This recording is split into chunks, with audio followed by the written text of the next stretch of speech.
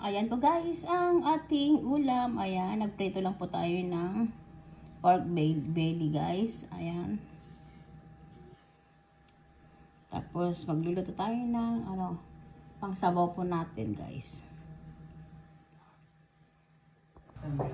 Ayan po guys, ang ating sinigang na sabaw guys. Nilagyan lang po natin yan ng Chinese repolyo guys. Ayan.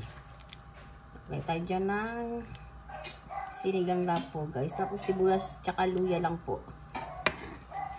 Lagyan din tayo ng dyan guys, yung sibuyas tsaka yung bawang.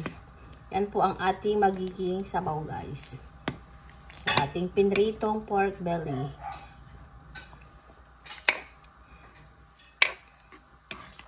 Ang sarap niyan guys. Diba po yung sabaw.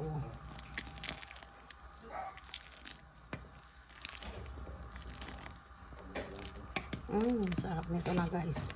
Ayan, okay na yan guys. Yung ating sabaw.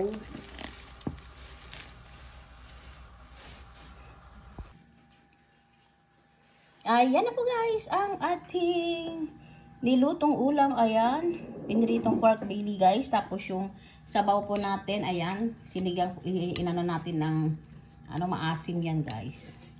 Yan, para terno dito sa ating pinritong pork belly. Ayan, ready to serve na po yan guys. Tara, kain na po tayo.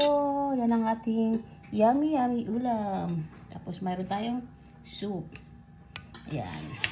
Tara guys, kain na po tayo. Ayan. Thank you guys for watching. Just like, share, and subscribe.